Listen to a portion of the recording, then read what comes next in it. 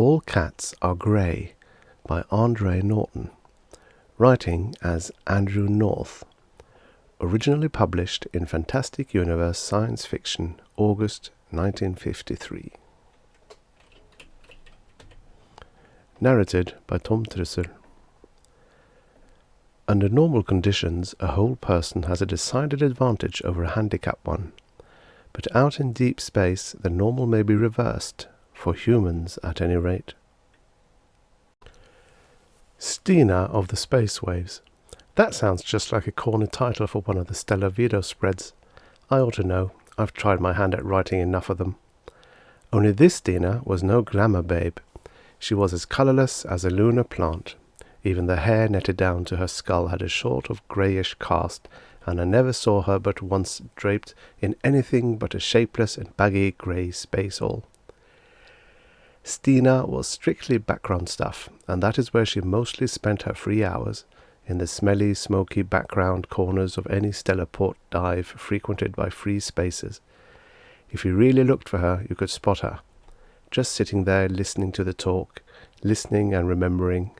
She didn't open her own mouth often, but when she did, spacers had learned to listen, and the lucky few who heard her rare spoken words, these will never forget Stina. She drifted from port to port.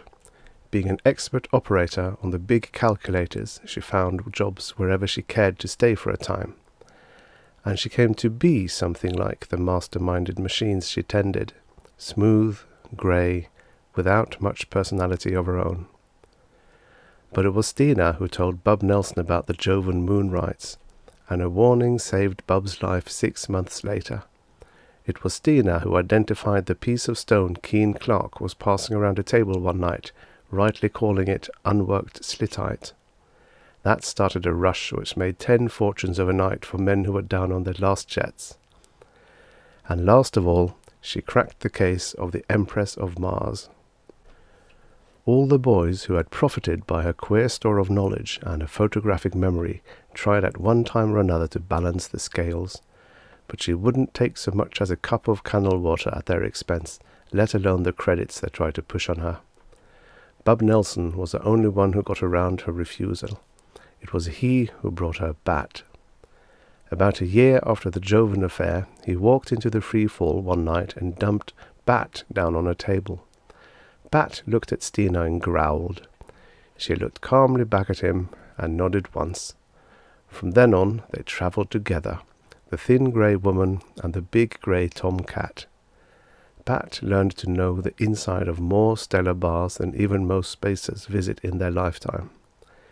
He developed a liking for vernal juice, drank it neat and quick, right out of a glass, and it was always at home on any table where Stina elected to drop him. This is really the story of Stina, Bat, Cliff Moran, and the Empress of Mars, a story which is already a legend of the spaceways, and it's a damn good story too. I ought to know, having framed the first version of it myself. For I was there, right in the Rigel Royal, when it all began on the night that Cliff Moran blew in, looking lower than an ant-man's belly and twice as nasty. He'd had a spell of luck foul enough to twist a man into a slug snake, and we all knew that there was an attachment out for his ship. Cliff had fought his way up from the back courts of Venaport. Lost his ship, and he'd slip back there, to rot. He was at the snarling stage that night, when he picked out a table for himself and set out to drink away his troubles. However, just as the first bottle arrived, so did a visitor. Stina came out of her corner, Bat curled around her shoulders, stolewise, his favourite mode of travel. She crossed over and dropped down without invitation at Cliff's side. That shook him out of his sulks, because Stina never chose company when she could be alone. If one of the manstones of Ganymede had come stumping in, it wouldn't have made more of us look out of the corners of her eyes. She stretched out one long-fingered hand and set aside the bottle he had ordered and said only one thing. "It's about time for the Empress of Mars to appear again." Cliff scowled and bit his lip. He was tough as jet lining. You have to be granite inside and out to struggle up from Venaport to a ship command. but we could guess what was running through his mind at that moment. The Empress of Mars was just about the biggest prize a spacer could aim for. But in the 50 years she had been following her queer derelict orbit through space, many men had tried to bring her in, and none had succeeded. A pleasure ship carrying untold wealth, she had been mysteriously abandoned in space by passengers and crew, none of whom had ever been seen or heard of again. At intervals thereafter she had been sighted, even boarded. Those who ventured into her either vanished or returned swiftly without any believable explanation of what they had seen, wanting only to get away from her as quickly as possible. But the man who could bring her in, or even strip her clean in space, that man would win the jackpot. "All right," Cliff slammed his fist down on the table. "I'll try even that." Stina looked at him, much as he must have looked at Bat the day Bub Nelson brought him to her, and nodded. That was all I saw. The rest of the story came to me in pieces, months later, and in another port half the system away. Cliff took off that night. He was afraid to risk waiting, with a writ out that could pull the ship from under him. And it wasn't until he was in space that he discovered his passengers, Stina and Bat. We'll never know what happened then. I'm betting that Stina made no explanation at all. She wouldn't. It was the first time she had decided to cash in on her own tip, and she was there. That was all. Maybe that point weighed with Cliff. Maybe he just didn't care. Anyway, the three were together when they sighted the Empress riding, her dead lights gleaming, a ghost ship in night space. She must have been an eerie sight, because her other lights were on too, in addition to the red warnings at her nose. She seemed alive, a flying Dutchman of space. Cliff worked his ship skillfully alongside and had no trouble in snapping magnetic lines to her lock. Some minutes later, the three of them passed into her. There was still air in her cabins and corridors, air that bore a faint, corrupt taint which set Bat to sniffing greedily and could be picked up even by the less sensitive human nostrils. Cliff headed straight for the control cabin, but Stina and Bat went prowling. Closed doors were a challenge to both of them, and Stina opened each as she passed, taking a quick look at what lay within. The fifth door opened on a room which no woman could leave without further investigation. I don't know who had been housed there when the Empress left port on her last lengthy cruise. Anyone really curious can check back on the old photo reg cards. But there was a lavish display of silks trailing out of 2 travel kits on the floor, a dressing table crowded with crystal and jewelled containers, along with other lures for the female which drew Stina in. She was standing in front of the dressing table when she glanced into the mirror, glanced into it and froze. Over her right shoulder she could see the spider silk cover on the bed. Right in the middle of that sheer, gossamer expanse was a sparkling heap of gems, the dumped contents of some jewel case. Bat had jumped to the foot of the bed and flattened out as cats will, watching those gems, watching them, and something else. Stina put out her hand blindly and caught up the nearest bottle. As she unstoppered it, she watched the mirrored bed. A gemmed bracelet rose from the pile, rose in the air and tinkled its siren song. It was as if an idle hand played. Bat spat almost noiselessly, but it did not retreat. Bat had not yet decided his course. She put down the bottle. Then she did something which perhaps few of the men she had listened to through the years could have done. She moved without hurry or sign of disturbance on a tour about the room. And although she approached the bed, she did not touch the jewels. She could not force herself to that. It took her 5 minutes to play out her innocence and unconcern. Then it was Bat who decided the issue. He leapt from the bed and escorted something to the door, remaining a careful distance behind. Then he mewed loudly twice. Stina followed him and opened the door wider. Bat went straight on down the corridor, as intent as a hound on the warmest of scents. Stina strolled behind him, holding her place to the unhurried gait of an explorer. What sped before them both was invisible to her, but Bat was never baffled by it. They must have gone into the control cabin almost on the heels of the unseen. If the unseen had heels, which there was good reason to doubt, for Bat crouched just within the doorway and refused to move on. Stina looked down the length of the instrument panels and officers' station seats to where Cliff Moran worked. On the heavy carpet her boots made no sound, and he did not glance up, but sat humming through set teeth as he tested the tardy and reluctant responses to buttons which had not been pushed in years. To human eyes they were alone in the cabin, but Bat still followed a moving something with his gaze, and it was something which he had at last made up his mind to distrust and dislike, for now he took a step or two forward and spat, his loathing made plain by every raised hair along his spine. And in that same moment Stina saw a flicker of vague outline against Cliff's hunched shoulders, as if the invisible one had crossed the space between them.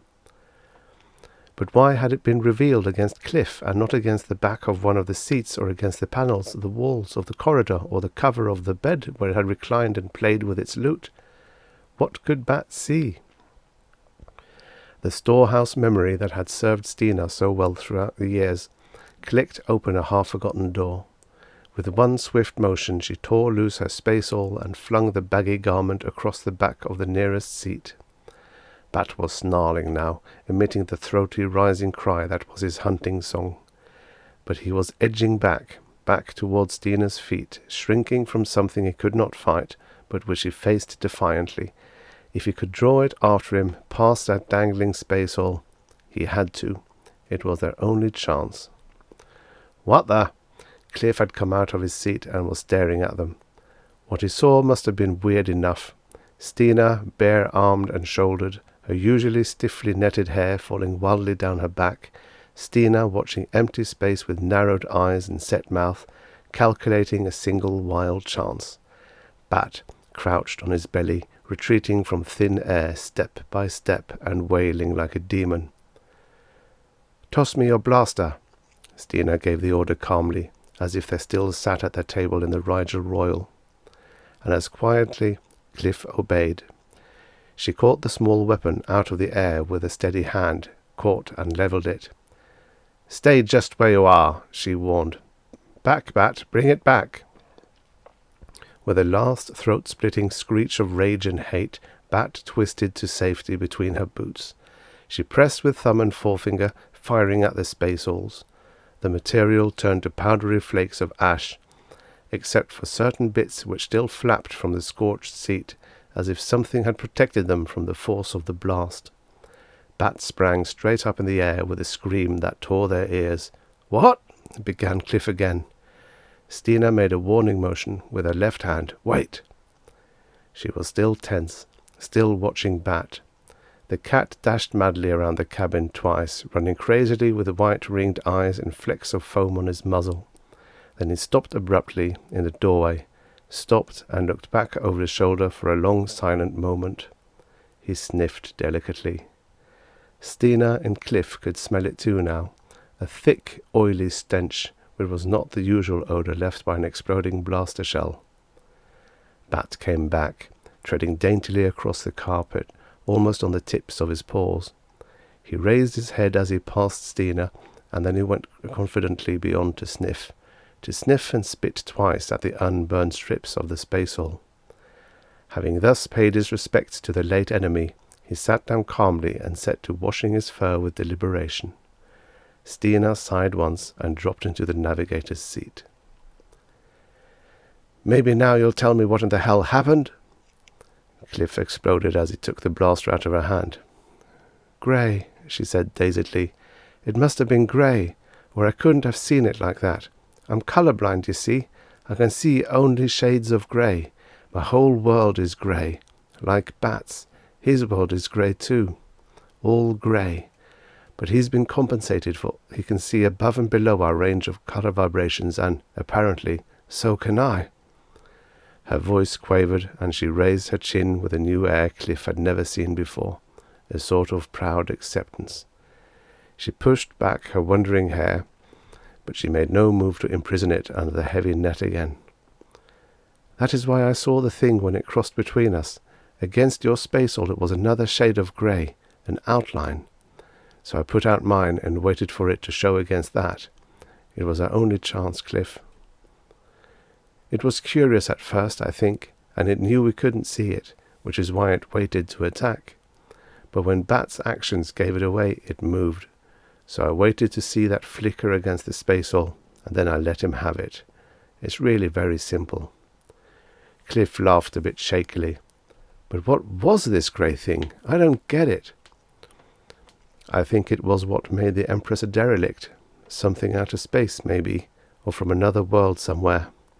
She waved her hands. It's invisible because it's a colour beyond our range of sight. It must have stayed in here all these years, and it kills. It must, when its curiosity is satisfied. Swiftly she described the scene in the cabin, and with the strange behaviour of the gem pile which had betrayed the creature to her. Cliff did not return his blaster to his holster. Any more of them on board, do you think? He didn't look pleased at the prospect. Stina turned to Bat. He was paying particular attention to the space between two front toes in the process of a complete bath. I don't think so, but Bat will tell us if there are. He can see them clearly, I believe. But there weren't any more, and 2 weeks later, Cliff, Stina, and Bat brought the Empress into the lunar quarantine station. And that is the end of Stina's story, because, as we have been told, happy marriages need no chronicles. And Stina had found someone who knew of her grey world and did not find it too hard to share with her, someone besides Bat. It turned out to be a real love match. The last time I saw her, she was wrapped in a flame-red cloak from the looms of Rigel and wore a fortune in Jovan rubies blazing on her wrists. Cliff was flipping a 3-figure credit bill to a waiter, and Bat had a row of Vernal juice glasses set up before him. Just a little family party out on the town.